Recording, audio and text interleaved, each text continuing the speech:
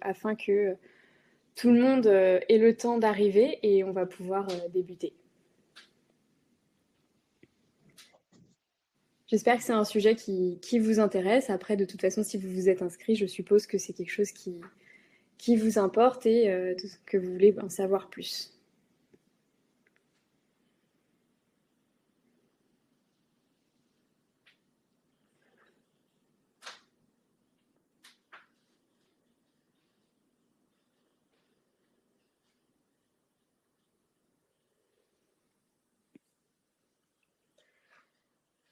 Eh bien, on va pouvoir débuter. Donc, comme je disais, bonjour à toutes et à tous et merci infiniment d'être présents pour ce webinaire et d'avoir pris ce temps sur votre pause déjeuner. On sait à quel point ça peut ne pas être évident de se prendre ce temps pour vous.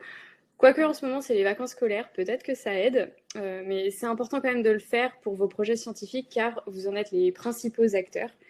Donc, durant ce webinaire, on va parler de la science et des illustrations dans la science. Et pour cela, je ne serai pas seule. Je suis accompagnée de Maëlys Hurtebise, qui est illustratrice et qui va animer ce webinaire avec moi. Il va durer environ 1 heure et Tatiana, mon associée, est présente dans le chat pour répondre à toutes vos questions. Donc surtout, n'hésitez pas.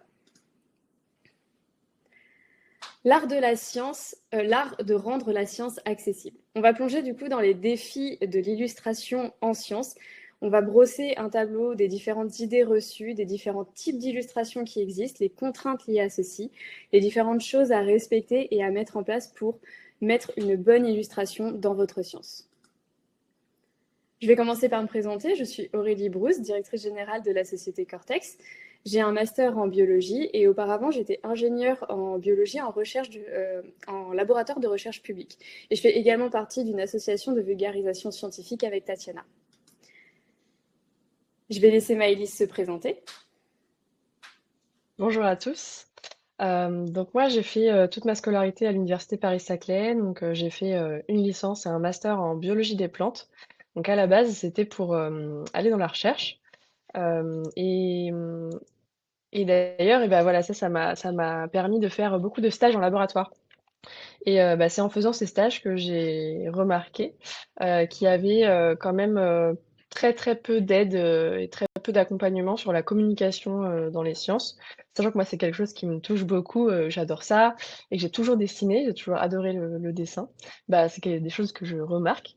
Et donc, bah, suite à ça, j'ai décidé de faire une césure dans mon master, donc 1 année pour faire autre chose que mes études, pour bah, faire des stages en vulgarisation, en communication scientifique. Et c'est pendant ce moment-là que j'ai lancé mon auto-entreprise. Donc aujourd'hui, je suis illustratrice pour la science. Voilà, donc je travaille avec les chercheurs, les institutions de recherche, les associations et des entreprises aussi du monde de l'agro, agro-agri et de l'environnement. Voilà. Et donc, comme je vous disais, on est accompagné également de Tatiana Kakan, qui est présente dans le chat pour répondre à toutes vos questions. Elle est la présidente de la société Cortex. Elle a également un parcours de biologiste moléculaire et d'entomologiste. Elle dirige du coup l'association de vulgarisation scientifique dont je vous parlais et elle est également autrice de livres, de BD, pigiste et conférencière. Donc, je vais rapidement vous parler de Cortex pour vous expliquer un peu ce qu'on fait et nos domaines d'expertise. Donc, on valorise la science auprès d'entreprises, de laboratoires, d'universités et du grand public à travers différents domaines que l'on maîtrise très bien, qui sont la structuration et l'accompagnement de projets scientifiques, la vulgarisation scientifique et la médiation, ainsi que l'intelligence collective pour co-créer et innover avec vous. Donc, quelques récents succès pour vous situer un peu plus Cortex également qu'on a eu récemment. On a réalisé une collaboration avec L'Oréal pour structurer un de leurs projets autour de l'IA et de leur méthode de R&D. C'était un atelier du coup d'intelligence collective réalisé avec eux au sein d'une de leurs équipes pluridisciplinaires et internationales. On est également en train de réaliser un gros volet de valorisation scientifique pour le projet UNIS sur le territoire lorrain, qui mêle publication et conseils sur différents formats de diffusion pour les travaux de recherche des chercheurs lorrains. Et on met également en place très régulièrement des ateliers d'intelligence collective avec le conseil départemental de l'Essonne autour du biomimétisme. Pourquoi est-ce que c'est important que vous participiez à ce webinaire? Déjà, pour comprendre le rôle de l'illustration dans la vulgarisation et dans la transmission des savoirs scientifiques dont vous avez en possession, que vous avez en possession. Également pour explorer des exemples concrets et varier les illustrations, et également pour apprendre à mieux collaborer entre scientifiques et illustrateurs. À la fin de ce webinaire, je veux que vous repartiez avec différents objectifs. Le premier, c'est « Je comprends en quoi l'illustration est un levier puissant pour rendre la science plus accessible et engageante. » Parce que notre cerveau, il adore les images, c'est un langage universel qui capte l'attention et qui rend les messages beaucoup plus mémorables. Le deuxième point, c'est « Je connais les différents types d'illustrations scientifiques et leurs usages selon les publics et les contextes. » Chaque format a ses forces. Une BD ne touche pas les mêmes gens ni de la même manière qu'un schéma ou qu'une infographie, par exemple. Troisièmement, je comprends comment l'image peut compléter, enrichir ou remplacer un discours complexe. Attention, elle ne simplifie pas tout et ce n'est pas l'objectif, mais elle permet de donner une entrée un peu plus différente et de permettre d'accrocher mieux l'auditeur. Quatrièmement, je comprends les bases d'une collaboration entre scientifiques et illustrateurs. Travailler ensemble, c'est poser dès le début les bonnes questions. Qu'est-ce qu'on veut faire passer comme message? À qui et comment? Et enfin, je repars avec l'envie d'explorer de nouveaux formats visuels dans mon travail. Parce que la science gagne à être racontée autrement, avec de la couleur, de l'émotion, voire même du jeu, et surtout avec beaucoup d'envie. Restez bien jusqu'à la fin de ce webinaire parce qu'on va vous donner des bonus inédits pour que vous puissiez vous lancer justement dans cette aventure qui est d'ajouter de l'illustration dans votre travail scientifique et également avec des offres exclusives. Donc pourquoi est-ce que tout cela, ça vous concerne? Parce que déjà, vous avez tous quelque chose à raconter. Et parfois, les mots, tout seuls, ça ne va pas suffire. Vous portez des savoirs, des idées, voire des projets complexes. Et l'image peut vous aider à les faire passer plus clairement. Ensuite aussi parce que vous travaillez, ou vous travaillerez plus tard, avec des publics variés, comme du grand public, des décideurs, des scolaires, des étudiants, voire même des collègues d'autres disciplines. Et l'image, c'est un très bon pont entre les différents mondes. Et enfin, parce qu'il faut quand même se le dire, la recherche, ça mérite quand même mieux qu'un texte en Times New Roman. Aujourd'hui, on est tous confrontés à une surcharge d'informations. Donc l'illustration, ça permet de capter et c'est un vrai levier d'impact. On va commencer par brosser du coup différentes idées reçues qu'on a autour des illustrations en sciences. La première, une illustration, c'est juste un ajout visuel pour accompagner un texte. En réalité, l'image peut jouer un rôle central dans la compréhension, surtout face à des concepts complexes ou même abstraits. Elle ne se contente pas juste d'embellir un propos, elle peut structurer une réflexion, voire révéler des liens ou même faire émerger des nouvelles questions, des nouvelles réflexions. Et en fait, dans bien des cas, c'est grâce à une illustration qu'un message devient vraiment accessible. La deuxième idée reçue, ça va être il faut être un bon dessinateur pour faire de l'illustration scientifique. Alors au début, pas besoin de talent artistique exceptionnel. Ce qui compte, c'est la pertinence du message et la clarté de la représentation. En vrai, des schémas très simples, voire des fois des croquis faits à la main, ça peut déjà être très efficace pour faire passer votre message. L'objectif, c'est vraiment de communiquer visuellement et pas de créer une œuvre d'art.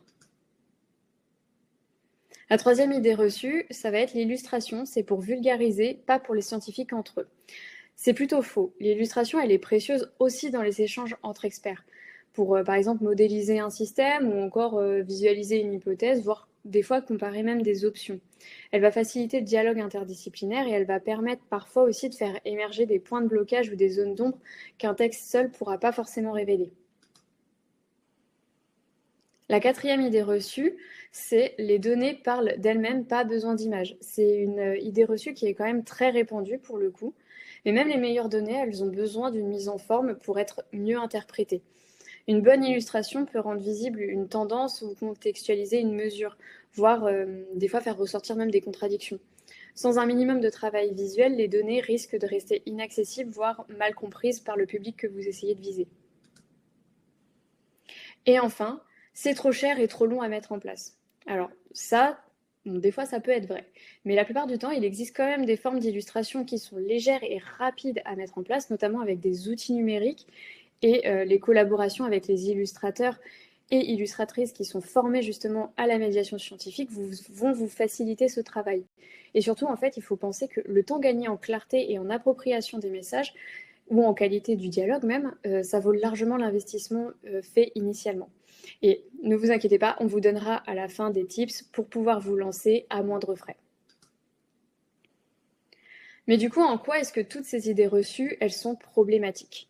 Premièrement, ça va être un frein à l'apprentissage. En fait, en considérant l'illustration comme un simple ornement, on va passer à côté de son potentiel pédagogique. Et résultat, les contenus vont être plus difficiles à comprendre, voire à retenir, ou même à transmettre. Et ça, surtout quand c'est des sujets complexes. On va aussi observer un désengagement du public. En fait, une présentation qui néglige l'aspect visuel peut manquer d'impact et l'esthétique capte l'attention et ça aide à mémoriser aussi. Si on la rejette, on rend parfois les contenus moins accessibles ou moins attractifs. On peut également voir une autocensure des chercheurs. Bah oui, parce que si l'on croit qu'il faut savoir dessiner pour pouvoir illustrer, beaucoup n'oseront jamais s'y mettre. Or, maintenant, comme je vous disais, il existe tellement d'outils et de formes simples qui vont permettre d'explorer un langage visuel que ce serait dommage de passer à côté. Et enfin, le dernier point bloquant, ça va être un appauvrissement des outils de recherche. En réservant l'image du coup à la vulgarisation uniquement, on va oublier qu'elle est aussi un outil d'analyse et de modélisation et on limite ainsi son usage en amont alors qu'on pourrait enrichir les démarches scientifiques et valoriser une interdisciplinarité entre différents domaines. Donc on a vu les idées reçues et en quoi elles sont problématiques. Maintenant, on va discuter dans quoi l'illustration est un levier puissant et l'intérêt d'en mettre en place dans votre communication, dans votre diffusion de vos savoirs scientifiques, que ce soit au sein de vos laboratoires ou de vos équipes R&D, de vos entreprises. On va commencer par les rôles clés de l'illustration dans la science. Premièrement, la science, par nature, elle est souvent complexe et difficile à appréhender par un large public. Les illustrations, elles vont permettre du coup de simplifier ces concepts, de les rendre plus tangibles et plus accessibles. Par exemple, un graphique, un schéma ou une infographie, ça peut expliquer une théorie ou un phénomène en un seul coup d'œil, là où des fois des paragraphes de texte risqueraient de perdre l'attention du lecteur. Ensuite, les images, elles ont un impact beaucoup plus fort que les mots sur la mémoire humaine. Nous retenons beaucoup plus facilement en fait des informations visuelles que des informations textuelles. Par exemple, un schéma qui illustre un processus scientifique complexe est plus facile à retenir qu'une explication verbale. Ça joue un rôle clé en fait dans la diffusion des connaissances scientifiques, car plus l'information elle est mémorisée, plus elle a de chances d'être partagée autour. Ensuite, les données brutes, comme des statistiques ou des résultats de recherche, peuvent être difficiles à interpréter pour un public non initié, mais aussi que ce soit des collègues scientifiques qui ne sont pas de votre domaine. Et tout ce qui va être graphique, diagramme, infographie, ça va permettre justement de transformer ces données en présentation visuelle claire et de faciliter leur compréhension. Et enfin, une illustration qui est bien réalisée peut également renforcer la crédibilité d'un message scientifique. Et un visuel précis, pertinent et bien conçu, ça va témoigner du sérieux et de la rigueur de la démarche scientifique qu'il représente. Ça peut aussi rassurer le public sur la fiabilité justement des informations qui vont être présentées et augmenter leur confiance envers la science. Dans tout cela, on sait également que le cerveau, ça va avoir un gros impact en fait. Et pour commencer, les recherches en neurosciences ont montré que le cerveau humain traite les informations visuelles beaucoup plus rapidement que les informations textuelles. Pour vous donner un ordre d'idée, en moyenne, notre cerveau, il met environ 13 millisecondes pour reconnaître une image, alors que pour lire un texte et reconnaître les mots et les comprendre, ça va prendre beaucoup plus de temps.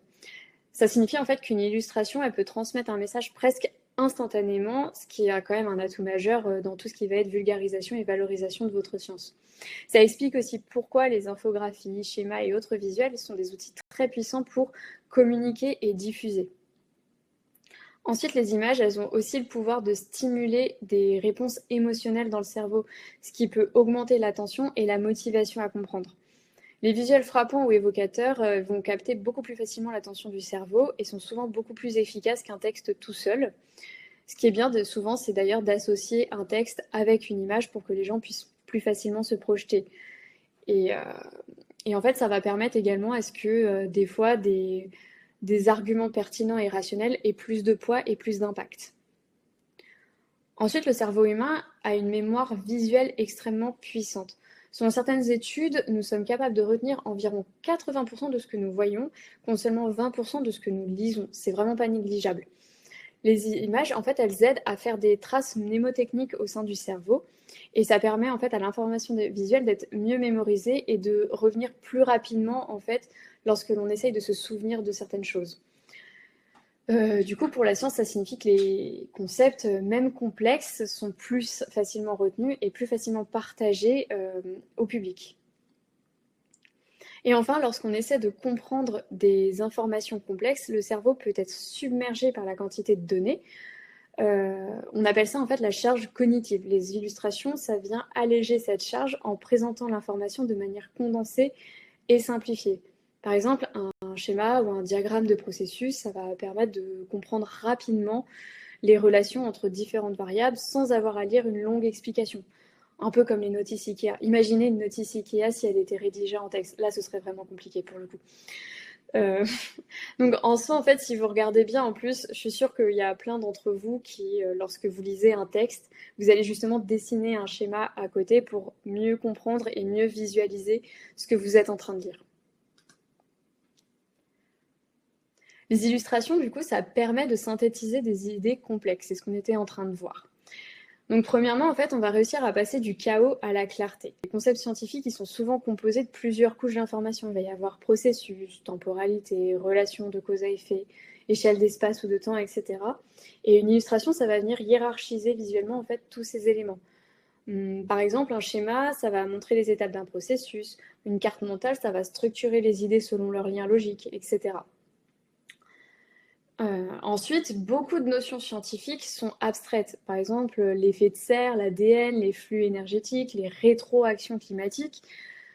Tout ça, c'est des termes qui sont très spécifiques et qui peuvent être complexes. Et l'illustration, ça agit comme une traduction visuelle sur ces concepts en les ancrant dans quelque chose de plus visuel et de plus tangible.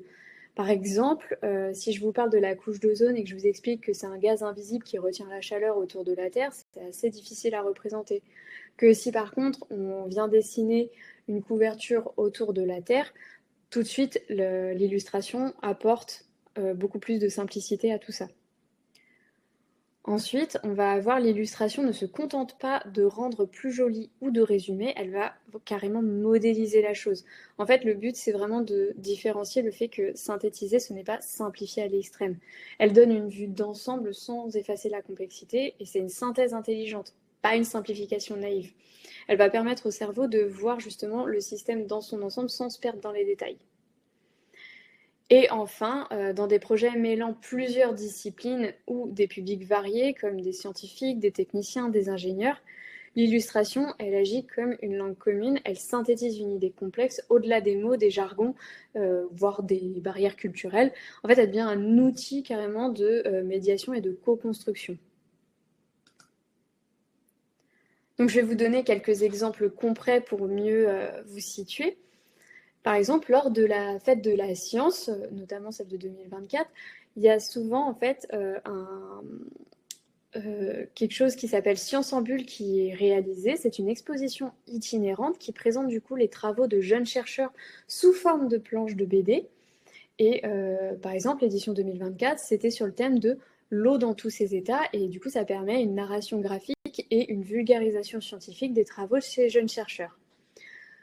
On peut avoir également comme exemple l'excellente bande dessinée Le Monde sans fin de Jean-Marc Jancovici et de Christophe Blain, qui aborde du coup tout ce qui est enjeux énergétiques et climatiques de notre époque, mais en combinant très bien du coup l'expertise scientifique et la narration graphique pour sensibiliser le grand public.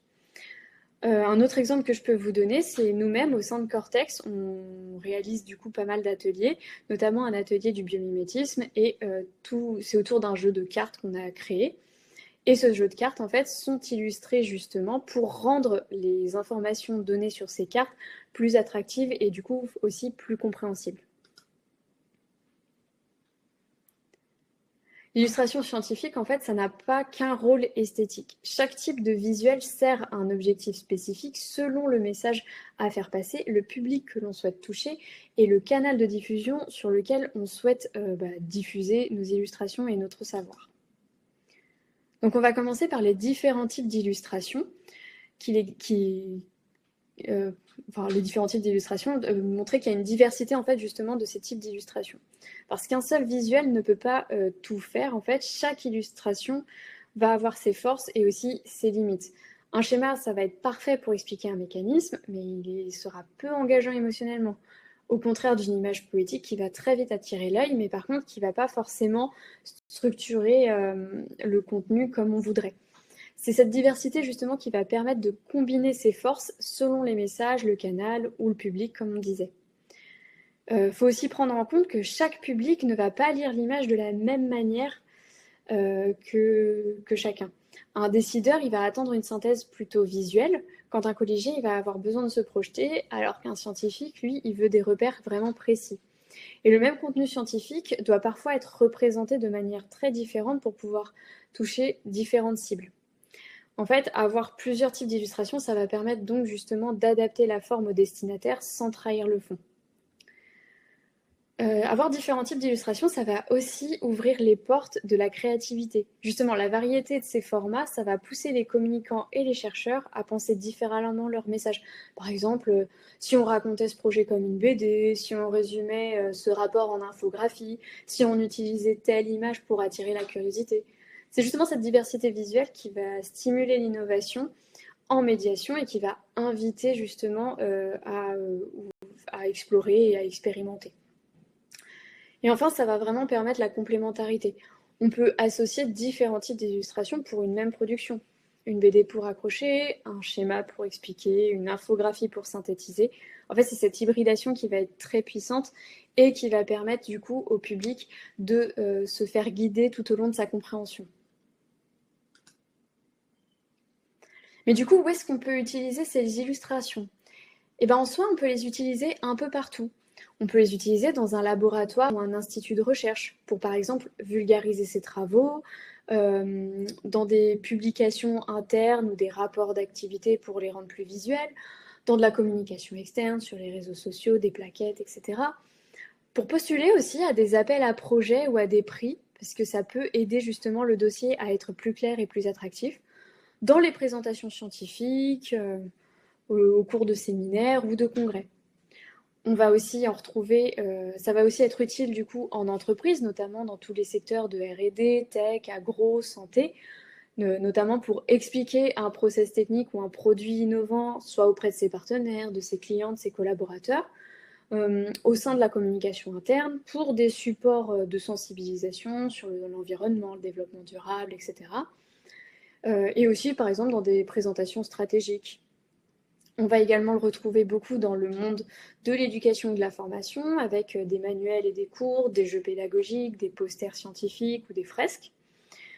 On va aussi retrouver un peu la même chose de façon similaire dans les collectivités ou les structures publiques, pour la concertation et l'animation territoriale, pour des documents de politique publique, c'est-à-dire rendre lisibles des rapports stratégiques, des diagnostics de territoire, et pour la médiation aussi culturelle et scientifique forcément, auprès de, par exemple, des musées, des médiathèques, des centres de sciences, ce genre d'endroits. Forcément, on va également l'utiliser dans les événements, les salons, les conférences, pour capter l'attention, pour discuter et documenter un live avec, par exemple, de la facilitation graphique, ou même pour laisser une trace avec, par exemple, un livret qu'on va distribuer aux participants. Et bien sûr, on va les retrouver sur les supports numériques avec les réseaux sociaux, les newsletters, les sites internet. C'est très courant d'en retrouver là-bas. Mais donc du coup, on va voir maintenant dans quels différents contextes d'usage on peut utiliser ces différentes illustrations. Donc déjà, on peut les utiliser dans des ateliers d'intelligence collective, avec comme objectif de faire émerger des idées, de représenter des systèmes complexes, de co-construction, etc., avec des cartes mentales, des facilitations graphiques. On va l'utiliser également en gamification et en jeu pédagogique pour apprendre en jouant, ancrer des messages avec des jeux de cartes, des plateaux illustrés. On va aussi les retrouver forcément dans des expositions scientifiques pour sensibiliser, interpeller avec des roll-ups, des affichages, des fresques murales.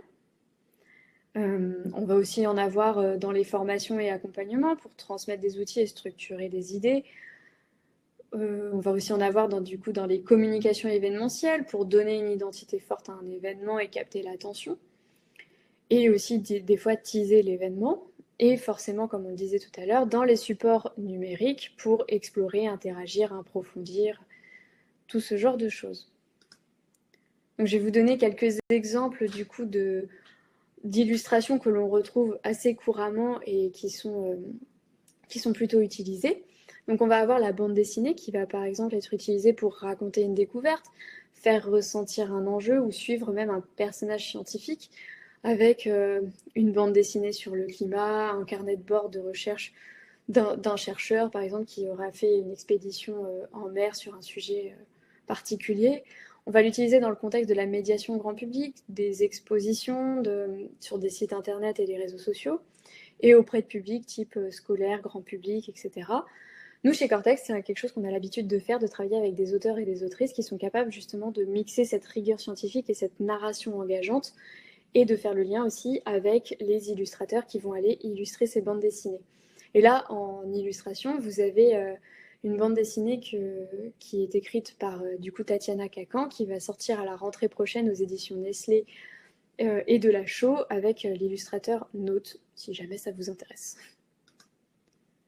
On va également retrouver donc les infographies qui sont utilisées pour valoriser des résultats, illustrer un rapport, voire appuyer un argument. Par exemple, les impacts de scénario énergétique, la consommation d'eau par secteur. Alors les infographies, ça va plus être utilisé pour le coup dans le milieu institutionnel pour présenter justement des résultats de façon simplifiée et aussi au niveau de la communication presse, des réseaux sociaux. C'est vraiment pour un public plutôt décideur, journaliste, voire public averti. Chez Cortex, on réalise souvent des infographies à partir de données du coup fournies par les chercheurs, les équipes de R&D, etc., pour les vulgariser et les rendre plus attrayantes. On peut aussi retrouver les schémas explicatifs utilisés pour expliquer des mécanismes biologiques, des cycles naturels comme le cycle de l'eau, le cycle de l'azote, le fonctionnement d'un capteur en robotique. C'est souvent utilisé dans les articles pédagogiques, les supports de conférences, voire les livrets explicatifs qui sont donnés lors de congrès, etc. Et ça va être aussi beaucoup pour des étudiants, des collègues, un grand public curieux. Mais comme je vous disais, en fait, il existe une réelle diversité d'illustrations. Donc il n'existe pas que cela, il en existe bien d'autres. Par exemple, la carte mentale qui va permettre d'organiser visuellement ses idées. Par exemple, avec les impacts du changement climatique par secteur. Et ça va être utilisé dans des ateliers, des réflexions collectives, voire des documents stratégiques. On peut retrouver également des fresques qui vont permettre de représenter un système global. Par exemple, le lien entre alimentation, santé et climat. On va les retrouver dans des ateliers participatifs, des expositions, des conférences. On peut aussi avoir des illustrations interactives qui vont permettre d'engager les utilisateurs et d'explorer. Par exemple, sur un site internet, on va avoir un corps humain où on va aller cliquer sur les organes pour voir leur fonctionnalité. En fait, en soi, le type d'illustration n'a de limite que votre créativité à vous. Et donc maintenant qu'on a vu l'importance d'utiliser les illustrations, les différents types et dans quel contexte les utiliser, on peut se poser la question de comment on construit un dialogue entre scientifiques et illustrateurs. Et pour cela, je vais laisser la parole à Maëlys. Merci Aurélie. Alors, avant de vous parler de comment bien collaborer avec une illustratrice ou un illustrateur scientifique, je voudrais rappeler pourquoi c'est intéressant, voire stratégique, pour un chercheur ou un laboratoire de faire appel à une illustratrice spécialisée en sciences.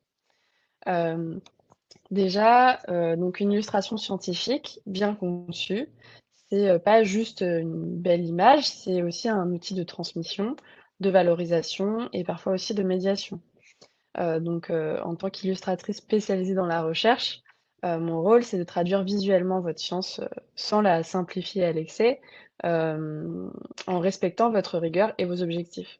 Et donc comme, souvent, on a des formations en sciences, enfin, c'est ce qui fait notre particularité, en fait, moi, j'aime bien dire que notre cerveau, il est plus formaté, science, dans le sens où, on a eu l'habitude, d'interagir avec les données scientifiques, et on connaît bien, vos challenges, en fait, donc dans les articles, mais aussi, dans les congrès, sur les posters, des choses comme ça. Donc la première la première grande, grande chose à retenir, c'est que, bah, on a cette double compétence. Donc une compétence, en en sciences et aussi, en arts visuels. Donc ce qui est vraiment un gros plus. Après, donc comme je vais commencer à en parler, on a une capacité à comprendre rapidement les concepts scientifiques, puisqu'on a eu l'habitude, de ça dans nos études et dans nos expériences en recherche. Donc ça, c'est vraiment aussi un plus parce que, même si on n'est pas spécialisé dans le domaine, puisqu'en fait personne ne peut être spécialisé dans tous les domaines, hein, clairement, bah, en fait, on a cette habitude de lire des articles scientifiques, on a l'habitude de comprendre, en fait, de comment comprendre un sujet. Donc et puis bien sûr, on a les bases, de la biologie, par exemple, ou même les bases de la science en général. Donc, ce sera beaucoup plus simple et rapide pour vous, de nous expliquer les choses. Parce que ça aussi, ça peut être un frein, souvent, je vois parce que, bah, forcément, devoir tout reprendre à zéro, quand on veut parler de quelque chose de très précis, devoir, expliquer, tout en détail, à l'illustrateur, pour qu'il comprenne bien, ça peut être très long. Hem et donc, bah, justement, on arrive à ce gain de temps, hein, clairement, pour vous. Donc, déjà, parce qu'évidemment que enfin, il y en a parmi vous, qui ont des capacités, des compétences en dessin et cetera. Mais, en fait, bah, ce que vous pourrez jamais, remplacer, c'est le gain de temps parce que, bah, ce que, vous n'avez pas à faire en dessin, en graphisme, en mise en page et tout, bah, vous pouvez le passer pour, finaliser la rédaction de votre article, finaliser vos recherches. Donc pendant que l'illustrateur, travaille, sur votre projet. Donc ça, c'est vraiment quelque chose qui est très apprécié. Hem et aussi, ce sera aussi souvent quand même plus rapide. Même si vous avez le temps d'explication à fournir à l'illustrateur, bah, en fait, nous, on a l'habitude de travailler, on a l'habitude de dessiner, de faire, des graphismes et cetera. Donc, souvent, ça va être, plus rapide que si vous l'aviez fait vous-même. Après, vous aurez une qualité professionnelle, de rendu. Donc, parce que nous, on utilise des logiciels qui sont pas forcément, enfin, c'est pas forcément accessibles à tous parce que c'est souvent payant, c'est souvent difficile à prendre en main. Donc, bien sûr, il y a des choses qui existent, qui sont faciles à prendre en main, donc dont je vous parlerai ensuite. Mais, pour des logiciels, pour faire des choses un peu plus complexes, un peu plus vraiment travaillées, bah, là, clairement, c'est pas vraiment accessible, quoi. Enfin, c'est pas forcément accessible à tous. Donc voilà, donc vous aurez accès à ça, en faisant appel à un illustrateur. Et aussi, nous, on a l'habitude d'assurer une cohérence, en fait, par exemple, parce que bien sûr, vous pouvez piocher une icône par-ci, une icône par-là, pour faire votre diapo ou même votre poster, mais vous risquez de manquer de cohérence parce que vous allez prendre un type d'illustration là, parce que ça représente bien ce que vous voulez, un autre type là, mais en fait, c'est un autre illustrateur et du coup, bah, c'est pas les mêmes couleurs, c'est pas le même style de dessin, donc ça va être un peu fouillis, sur le sur la page entière. Donc ça peut être un peu dommage, même sur le diapo entier, parce que ça le fait qu'il y ait une cohérence, ça permet vraiment de garder l'attention. Quand on est dans un congrès, qui dure toute la journée, c'est très important d'avoir des tips pour garder l'attention des gens. Quand on est 13 heures après manger, qu'il faut reprendre et cetera, ça peut être un petit peu difficile. Donc surtout qu'on est là pour écouter des sujets complexes. Donc c'est vraiment très important de faciliter, la compréhension des personnes qui sont là, en leur proposant des visuels et en leur proposant des visuels, clairs, qui s'accordent bien et cetera, qui soient jolis à regarder. C'est vraiment quelque chose d'important pour garder l'attention. Et donc bah, voilà, donc ce que je disais, hein, une communication efficace, vraiment. Donc que ce soit clair, précis, et qui ait un vrai impact. Ensuite, bien sûr, nous, on a l'habitude de valoriser donc les travaux de recherche. Donc savoir quoi mettre en valeur, et savoir bien, se s'adapter à au public qui va recevoir l'info. Donc, on sait ce qui marche mieux chez les enfants, ce qui marche mieux, chez telle branche de scientifiques ou si c'est plus, à destination, d'entreprises et cetera. Enfin voilà, on connaît un petit peu ce qui fonctionne bien et il y a aussi, en travaillant avec, un illustrateur, il y a aussi cette grande flexibilité de pouvoir personnaliser à foison, quoi. Donc, nous, on est vraiment là, bah, pour, vous écouter en direct et donc faire les modifications en direct, vraiment aller, au détail. Enfin moi j'aime vraiment bien que ce soit bien précis, comme vous l'aviez imaginé dans votre tête. Voilà, donc je vais beaucoup faire d'aller-retour avec vous et tout et c'est aussi ça qui est bien, pour vous, hein, je l'ai remarqué, de travailler en direct, en fait, avec les illustrateurs plutôt que de passer par des agences. Parce qu'il y a des agences aussi qui existent, des agences de com, qui vous mettent en relation avec des illustrateurs et du coup, bah, souvent il y a un intermédiaire et tout. Donc ça dépend comment c'est fait. Par exemple, chez Cortex, pour, reprendre cet exemple, bah, souvent ça la mise en relation elle est facilitée donc on peut discuter directement ensemble. Mais en fait, il y a beaucoup, d'agences où, vous ne parlez que aux représentants de l'agence qui vont ensuite transmettre l'info à l'illustrateur. Enfin, ça fait beaucoup d'étapes et ça peut vraiment être contraignant. Donc surtout si c'est pas des illustrateurs, vraiment scientifiques, quoi. Parce que devoir expliquer à quelqu'un qui doit réexpliquer, c'est encore plus compliqué. Voilà, ensuite, pour que cette collaboration, elle fonctionne bien, il y a quelques conditions qui sont importantes à retenir. Hem, donc il faut bien savoir briefer. Voilà, donc c'est ce qu'on va voir juste après. Si tu peux passer la diapo. Ouais, merci. Hem, donc un bon brief, c'est vraiment la base d'une illustration réussie, parce qu'il permet à l'illustratrice de comprendre précisément ce qu'on attend d'elle. Donc, sans qu'il y ait d'aller-retour inutile ou de mauvaises interprétations. Donc, il faut surtout que vous soyez au clair sur ça avant. Donc, même pour vous, hein, c'est vraiment important. Donc il faut que le contexte scientifique il soit clair. Donc quelle est la problématique, quel est le sujet et quel est le public visé? Donc parce que souvent la problématique et le sujet ça va, normalement, c'est OK, mais le public visé, il faut vraiment que ce soit clair pour vous. Est-ce que vous allez vous en servir en congrès? Est-ce que vous allez vous en servir pour la fête de la science? Est-ce que vous voulez vous en servir pour les 2? Parce que dans le cas où vous voulez vous en servir pour les 2, par exemple, bah, c'est important que l'illustrateur il le sache pour pouvoir, essayer de faire 2 versions, qui puissent être, aménageables en fait, entre l'un et l'autre. Ensuite, il faut que l'objectif de l'illustration, elle soit claire. Donc est-ce que c'est pour expliquer, pour séduire ou pour convaincre? Ou plusieurs en même temps? Donc par exemple, si c'est, pour présenter en réunion d'équipe, ce sera clairement pour expliquer. Si c'est pour présenter à, de potentiels investisseurs, bah, va falloir séduire et convaincre. Donc ça aussi, ça va pas être la même chose. On va pas créer le visuel de la même manière. Voilà, dans un cas, ce sera vraiment la précision scientifique qui sera, très très importante, très valorisée et dans un autre, et beh, il va falloir rendre le tout, bien sûr toujours correct, mais le tout un peu plus séduisant, un peu plus, attrayant, j'ai envie de dire, heu, même si c'est, moins technique, que ce soit, voilà, que ça donne plus envie, quoi. Ensuite, beh, il faut que le format, il soit vraiment bien défini par vous.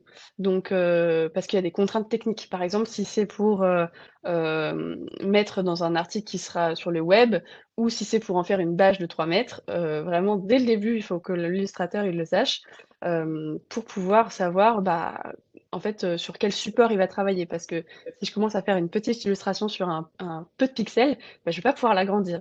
Donc, si c'est pour quelque chose de grand ou si vous savez pas, il vaut mieux vraiment tout de suite le dire, comme ça, on peut adapter tout de suite. Et après ce qui peut être aussi super, c'est, de donner des exemples. Donc moi, par exemple, sur mon site internet, j'ai mis, plein d'exemples de projets que j'ai réalisés. S'il y en a qui vous plaisent plus que d'autres ou quoi, bah, c'est vraiment important de le dire à l'illustrateur. Comme ça, bah, lui, il peut se faire une idée, de savoir, bah, vers quoi il doit partir, parce que parfois on a des styles un petit peu différents, en fonction des projets et cetera. Bah, par exemple, ça m'arrive souvent pour le site de Ferment du Futur. Donc Ferment du Futur, c'est un projet INRAE, France 2030, pour lequel j'ai travaillé et je travaille encore. Hem et donc avec eux, j'ai réalisé toute leur charte graphique et leur site internet. Donc j'ai conçu leur site internet et les illustrations de leur site. Et du coup, bah voilà, il m'avait donné un brief, que ce soit en gros sobre, donc assez classe, mais très coloré. Donc voilà, il voulait pas rester dans le truc sobre classe, ton de bleu et c'est tout. Donc ce qui peut être très bien aussi, mais là c'était vraiment, il voulait que ça peps. Donc on a mis plein de couleurs. Et ça, je sais que ça a plu à plusieurs autres projets qui m'ont dit: «Ah bah j'adore ce style-là et tout». Et donc pour moi, c'est beaucoup plus simple parce que bah, j'ai moins de chances de me «tromper» entre guillemets. Si vous êtes pas super au clair de ce que vous voulez, bah, ça peut être plus simple pour vous de donner des exemples de ce que vous aimez pour, perdre le moins de temps possible. Voilà, donc après l'illustrateur, c'est pas juste une main qui dessine, c'est aussi une médiatrice, un médiateur visuel. Donc c'est ce qu'on va voir dans la diapo suivante. Donc il faut pouvoir traduire une idée, sans la dénaturer. Donc c'est important de comprendre, vraiment en profondeur les concepts avant de les illustrer. Parce qu'en fait, il faut moi, dans mon but, c'est de simplifier, heu, vraiment vos idées en un dessin. Et quand je dis simplifier, c'est pas réduire la qualité, scientifique, hein, pas du tout, au contraire, mais c'est de lisser et de rendre ça attractif, en plus d'être précis. Donc c'est aussi à nous de vous poser des questions, donc de vous demander des schémas que vous auriez potentiellement faits ou trouvés, qui correspondent à peu près à ce que vous voudriez. Lire des résumés, donc si vous pouvez nous envoyer des références, des papiers et cetera. Ça peut vraiment être, très bénéfique. Et d'ailleurs, bah, là, j'ai mis un exemple à gauche. Donc j'avais travaillé avec, une enseignante-chercheuse de Paris-Saclay en pharmacie qui a réalisé un jeu pédagogique, un jeu de cartes, pour apprendre à classer les molécules du vivant, pour jouer avec ses élèves en cours, pour faciliter l'apprentissage. Donc elle, ce qu'elle avait fait, c'est qu'elle avait trouvé des images sur Internet qui représentent à chaque fois les techniques ou les molécules. Elle avait écrit le nom, et voilà, et en vrai, ça marchait très bien. Mais elle a voulu pousser le truc parce qu'elle a vu que le jeu fonctionnait bien, et elle voulait le rendre encore plus attractif et encore plus impactant pour ses élèves. Donc elle a travaillé avec moi pour qu'on en fasse, des cartes, hem, un peu plus sympas, donc avec, des polices d'écriture jolies, qu'il y ait une harmonie entre toutes les cartes parce que du coup elle avait pioché des petites images sur internet, enfin partout, donc il y avait pas de cohérence dans le jeu. Donc là, au moins, il y a une cohérence, et en plus, on a rajouté des petits éléments graphiques pour aider à mémoriser. Parce que comme on a vu, les images, ça aide vraiment, enfin le cerveau est vraiment bon pour, analyser et retenir les images. Donc on a mis aussi bah, des petits trucs visuels pour les aider à retenir les choses, et c'est un jeu qui marche très, très bien. Voilà, donc ça, c'est un exemple, typique où, il faut faites des trucs, envoyez-les nous, et comme ça après, nous, bah, on voit vraiment ce que vous voulez, et c'est beaucoup plus simple pour tout le monde. Voilà, donc c'est un autre petit tips, si jamais vous travaillez avec un illustrateur scientifique, et n'ayez pas honte, même si ça c'est un peu moche ou quoi, on s'en fiche, hein. Clairement, justement, on est là pour ça, pour vous accompagner là-dessus. Hem Et donc, bah, voilà, le but aussi, c'est d'avoir une pédagogie visuelle, hein, donc comme j'en ai parlé juste avant, c'est de trouver le bon niveau d'abstraction, donc ni trop flou, ni trop technique, et encore une fois, que ce soit adapté au public, surtout. Voilà, on peut passer à la diapo suivante. Et donc voilà, donc l'importance de co-construire.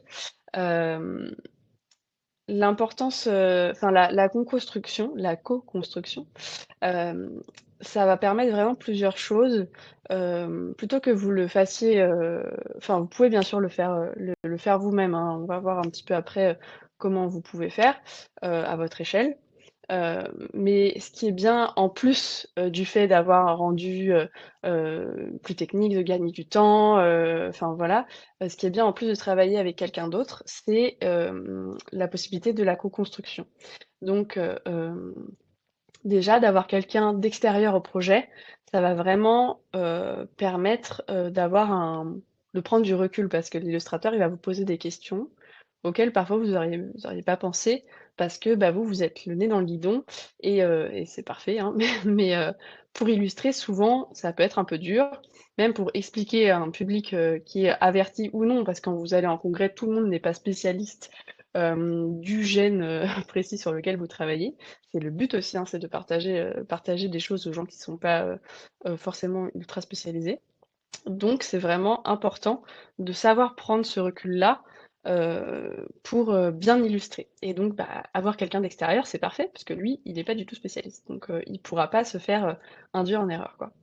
Hem, donc l'important dans la construction, c'est de s'assurer que l'image correspond bien aux attentes et aux valeurs du projet. C'est pour ça qu'on va vous poser des questions et cetera, pour essayer de vraiment, coller.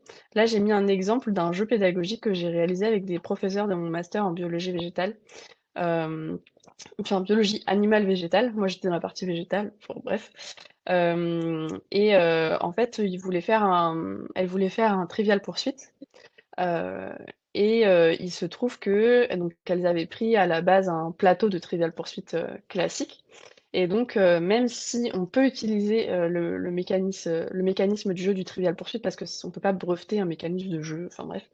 On peut pas forcément réutiliser les illustrations ou le même type de plateau et tout. Enfin voilà, si on veut l'éditer et tout, et on s'est dit que c'était sympa d'avoir, notre propre plateau, notre propre style. Donc je leur ai proposé à la place un plateau en forme d'infini comme ça, parce que c'était un signe, c'était une icône scientifique qu'elles aimaient bien, le côté, infinité de la recherche en fait et donc bah, voilà, on est parti là-dessus et on a réfléchi vraiment ensemble à, comment faire en sorte que, bah, le projet devienne vraiment unique avec un plateau unique, des illustrations uniques et cetera et c'était vraiment chouette parce que, bah, en fait, elles avaient pas beaucoup, déjà le temps d'y réfléchir. Les enseignantes chercheuses, on sait à quel point vous êtes complètement débordées. Hem et donc, bah, c'était vraiment très, très, très, très bénéfique, pour tout le monde, de pouvoir co-construire, en fait. Voilà, donc là, j'ai aussi mis un petit exemple d'une carte qu'on a faite, qui était très sympa. C'est à destination des élèves, hein, donc encore une fois, comme tout à l'heure, il y a plein de petits trucs, de petites illustrations sympas, pour, que ça ça soit dynamique, pour, qu'ils aient envie de jouer. Hem, voilà, donc ça, c'est vraiment important, je trouve, qu'il y ait cet aspect de co-construction. Voilà, donc encore une fois, quand la collaboration elle est fluide, on gagne du temps, on évite les malentendus et surtout, on crée une illustration qui fait vraiment passer un message clair, juste et marquant.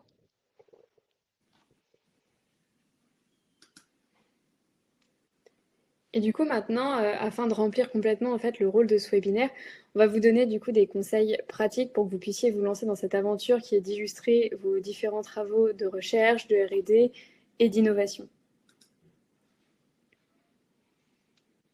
Alors, je vais vous donner quelques conseils pratiques pour vous lancer, parce que pour moi, c'est vraiment important, que vous puissiez, bah, vous essayer de vous débrouiller tout seul, en fait. Déjà, pour, vous donner envie de le faire, parce que c'est plus simple, de prendre la décision de le faire tout seul que de faire appel à quelqu'un, ce que je comprends complètement, et c'est important même, je pense, d'essayer de faire cet exercice avant de faire appel à un illustrateur. Comme ça, déjà, ça vous permettra d'avoir un bon brief. On l'a vu tout à l'heure, c'est vraiment important. Donc il faut commencer par donc faire une mini analyse de ce que vous voulez. Donc comme on a dit tout à l'heure, hein, il faut vraiment réessayer de faire le brief, dont on a parlé. Donc hem, donc quel est mon public? Quel est le message principal à retenir? Quelle est la structure, logique de ce que je veux dire? Donc par exemple, si c'est une chronologie, une comparaison, s'il y a des catégories, voilà. Donc ça, c'est important d'en avoir conscience. Ensuite, ce qui peut être, vraiment intéressant, et pratique, c'est d'utiliser des formes simples. Donc utiliser des flèches pour faire des liens ou marquer des causes-effets. Utiliser des encadrés pour les concepts ou les étapes, et utiliser des icônes simples. Donc qui sont vraiment des repères visuels, hem, que vous pouvez trouver sur PowerPoint ou sur d'autres sites, hein. Hem Après, ce qu'il faut faire aussi, c'est essayer de schématiser avant d'embellir. Commencez pas à essayer de faire un truc joli, essayez vraiment de faire quelque chose de schématique, avec, vraiment à la main, hein. Prenez, une feuille et un crayon, voilà, et essayez de poser donc les blocs, les flèches, les encadrer et cetera pour, faire quelque chose de vraiment pratique, et visuel. Après, vous verrez pour essayer de mettre des couleurs un peu plus sympas, de faire des formes un peu plus originales, machin, ça vient vraiment ensuite, il faut commencer par la base. Heu et et donc pour faire tout ça, donc bien sûr, feutre, stylo, feutre, papier, c'est vraiment très, très cool pour commencer. Mais après, il y a des outils qui sont vraiment, faciles à prendre en main et qui peuvent vraiment vous aider. Parce que je sais, que PowerPoint, c'est parfait, c'est très bien, c'est super, c'est un outil vraiment très puissant et tout, mais ça vous aide pas beaucoup, dans la réalisation graphique parce qu'il y a, des templates, mais souvent c'est des templates très généraux, pas forcément simples, à modifier ou à personnaliser comme vous le souhaitez. Hem et d'ailleurs ça, c'est quelque chose qu'on peut faire ensemble, hein, de faire des templates, PowerPoint pour qu'après vous puissiez les réutiliser, et que ce soit vraiment votre image et que vous l'ayez construit, vraiment avec vos idées, quoi. Mais voilà, donc c'est pas forcément très facile, donc moi, j'aime bien conseiller Canva. La version gratuite fonctionne très bien, là-dessus, clairement, je l'ai utilisé pendant toutes mes études en version gratuite, c'était très bien. Parce qu'il y a vraiment énormément de templates, qui, vous feront, sortir du lot facilement. Heu, voilà, moi j'arrête pas de le répéter, évidemment, il faut un peu le prendre en main, mais c'est très intuitif, donc normalement, vous allez vous en sortir. Après, ce qui est bien aussi avec Canva, c'est qu'il y a beaucoup, beaucoup, beaucoup, beaucoup d'icônes disponibles, d'icônes jolies, sympas, hem, heu, plus que, sur, PowerPoint. Il y en a aussi, mais, voilà, sur Canva, vous avez quand même plus de liberté. Hem, Après, pour les icônes, vous pouvez aussi, justement, moi, je vais proposer ça là, dans très peu de temps. Je vais proposer de faire ça avec les laboratoires ou directement avec les équipes, créer des kits, d'icônes. Donc par exemple, dans un laboratoire de microbio, créer des kits d'icônes, de laboratoire microbiologie pour que vous puissiez après vous les réutiliser dans vos schémas, faits maison, quoi. Donc ça peut vraiment être, très cool parce que, bah, tout sera harmonieux encore une fois. Vous allez pas prendre un béchard par-ci, une pipette par-là, enfin je ne sais pas, des styles graphiques qui vont être très différents. Bah, là au moins, ce sera homogène et vous pourrez faire un beau schéma comme ça. Après, il y a un autre site qui s'appelle Coolors, que moi je trouve vraiment bien, pour pouvoir choisir les bonnes couleurs, parce que c'est vraiment pas facile de savoir quelle couleur va avec quoi. Et donc Coolors, c'est un site internet, hein, super simple, qui va vous générer des palettes de couleurs. Donc vous lui dites: «Je veux 3 ou 6 couleurs» et il va vous générer des palettes de couleurs qui vont bien ensemble. Donc franchement, moi je l'utilise aussi, c'est vraiment très, très cool pour vous créer en fait votre charte graphique à vous en tant que chercheur ou en tant qu'équipe. C'est vraiment quelque chose qui va marquer le coup, quoi. À la fin, in fine, on va voir ces couleurs-là, on va se dire: «Ah oui, c'est telle équipe» et ça va être très impactant pour le public. Après Pinterest, moi je continue à l'utiliser et je trouve que c'est toujours un outil, très puissant. Vous voulez représenter, telle chose, vous savez pas trop comment faire et tout, vous avez pas trop d'idées. Franchement Pinterest, ça va vous donner plein d'idées. C'est vraiment, vraiment, vraiment cool à utiliser pour, mettre votre cerveau, créatif en marche. Parce que ça aussi, ça demande de l'entraînement, hein, donc ça peut vraiment, vraiment être, une bonne chose et après, bah, comme j'ai dit, feutre, papier, crayon, ça marche toujours. Voilà pour mes conseils. Merci beaucoup, Maëlys. Par contre, n'oubliez pas qu'il y a aussi des règles juridiques autour de l'illustration scientifique, notamment des droits d'auteur, car toute illustration, elle va être protégée par ces droits d'auteur. C'est les créateurs et les créatrices de ces illustrations qui les détiennent forcément, sauf si bien sûr il y a un contrat qui le spécifie. Donc il est ultra important d'obtenir l'autorisation écrite pour pouvoir les utiliser, les modifier, les adapter, etc. Il existe également des illustrations sous licence d'utilisation. La licence, elle va encadrer où et comment, la durée d'utilisation, la zone géographique de restriction également. À savoir que certaines illustrations sous son licence Creative Commons, qui sont des licences libres de droit, donc vous pouvez très bien utiliser aussi ces illustrations-là. Bien sûr, comme on disait, le mieux lorsque vous avez la possibilité et les moyens, c'est de commander des illustrations auprès des illustrateurs. Mais dans ce cas, il faut que vous vous assuriez que les choses soient formalisées par un contrat avec les objectifs de la commande, les délais, les livrables, le type de cession de droit, les mentions obligatoires du nom d'auteur, tout ce genre de choses. Petit disclaimer par rapport au milieu académique ou de recherche, même si c'est dans un but non lucratif ou de diffusion scientifique, c'est les mêmes règles qui s'appliquent. Donc, il faut également aller respecter les licences et les droits d'auteur pour pouvoir utiliser les illustrations. Il existe quelques cas spécifiques, notamment autour de la collaboration pour, par exemple, de la copropriété des droits pour une BD coécrite entre chercheurs, etc. Et à respecter également les organismes de recherche publics. Ils peuvent avoir des cellules juridiques ou des chartes graphiques qu'il va falloir respecter, mais tournez-vous vers eux, par exemple INSERM, CNRS, université, etc. Ils sauront très bien vous conseiller. Donc les bonnes pratiques, du coup, pour tous les scientifiques, c'est de toujours vérifier, du coup, avant d'utiliser une illustration trouvée en ligne, que ce soit dans vos laboratoires ou vos entreprises, c'est de vérifier les droits, de privilégier les banques d'images libres de droit avec la mention claire dans la licence, de penser à créditer systématiquement l'illustrateur, parce qu'on n'y pense pas toujours, mais c'est quand même important, et lorsque vous le pouvez, de faire appel à un professionnel. Et donc dans tout ça, Cortex, nous, en quoi est-ce qu'on peut vous accompagner à structurer du coup vos projets de valorisation scientifique autour du coup de ces illustrations.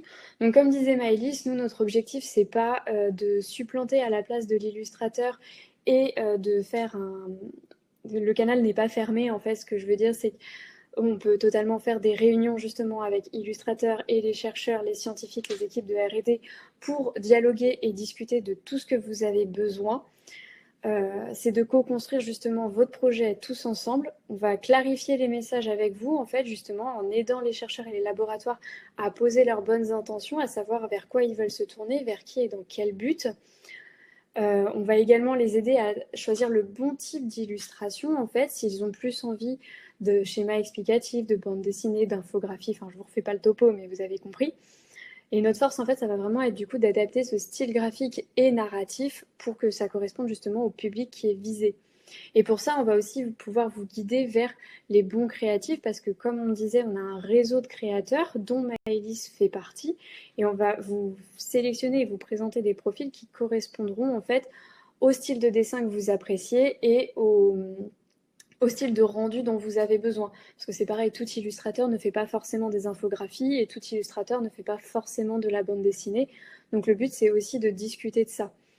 On va également, si l'illustrateur n'est pas scientifique de base, lui traduire le brief scientifique pour qu'il puisse en prendre une meilleure compréhension. Notre but principal de base chez Cortex, c'est tout de même de valoriser et de vulgariser la science.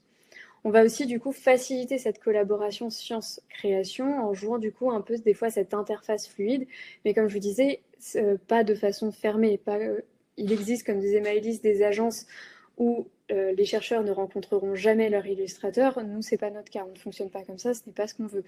Nous, on veut juste tout bien coordonner pour qu'on conserve en fait cette meilleure rigueur scientifique et surtout cet impact visuel qui est recherché.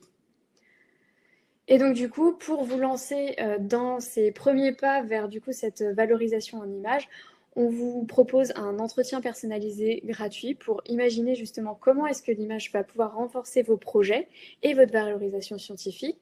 Donc ce qu'on vous propose, c'est une analyse express de vos supports, de vos idées actuelles, des conseils de comment est-ce qu'on pourrait mieux structurer vos messages en images, etc. Tout ça avec un échange du coup avec l'équipe Cortex pour justement discuter de tout cela. Donc, vous prenez rendez-vous en ligne sur notre formulaire, par mail ou même dans le chat auprès de Tatiana. On fait un entretien de 30 minutes en visio ou en présentiel si vous n'êtes pas trop éloignés en distance. Et on vous fera un petit compte-rendu à la fin de cela. Et donc, pour lancer tout ça, donc, avec Maëlys, on s'est concerté et que ce soit elle ou que ce soit Cortex, on vous fait 20% de réduction sur la première prestation que vous prendrez, que ce soit chez elle ou chez nous. Concernant Cortex, on a une expertise en valorisation scientifique et en collaboration justement avec des illustrateurs, avec des méthodes qui ont été éprouvées. Cette offre, elle est limitée jusqu'au mercredi prochain, donc ne tardez pas et elle est valable sur tout accompagnement sur mesure, réalisation visuelle, valorisation, vulgarisation. Et pour Maëlys, je suppose que c'est pour toutes ces créations et illustrations qu'elle peut vous fournir. Ouais, tout à fait.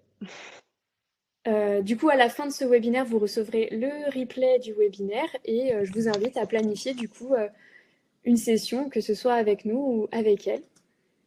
Et je vous remercie infiniment d'avoir suivi ce webinaire. Si vous avez la moindre question, vous n'hésitez pas dans le chat, Tatiana est là pour y répondre.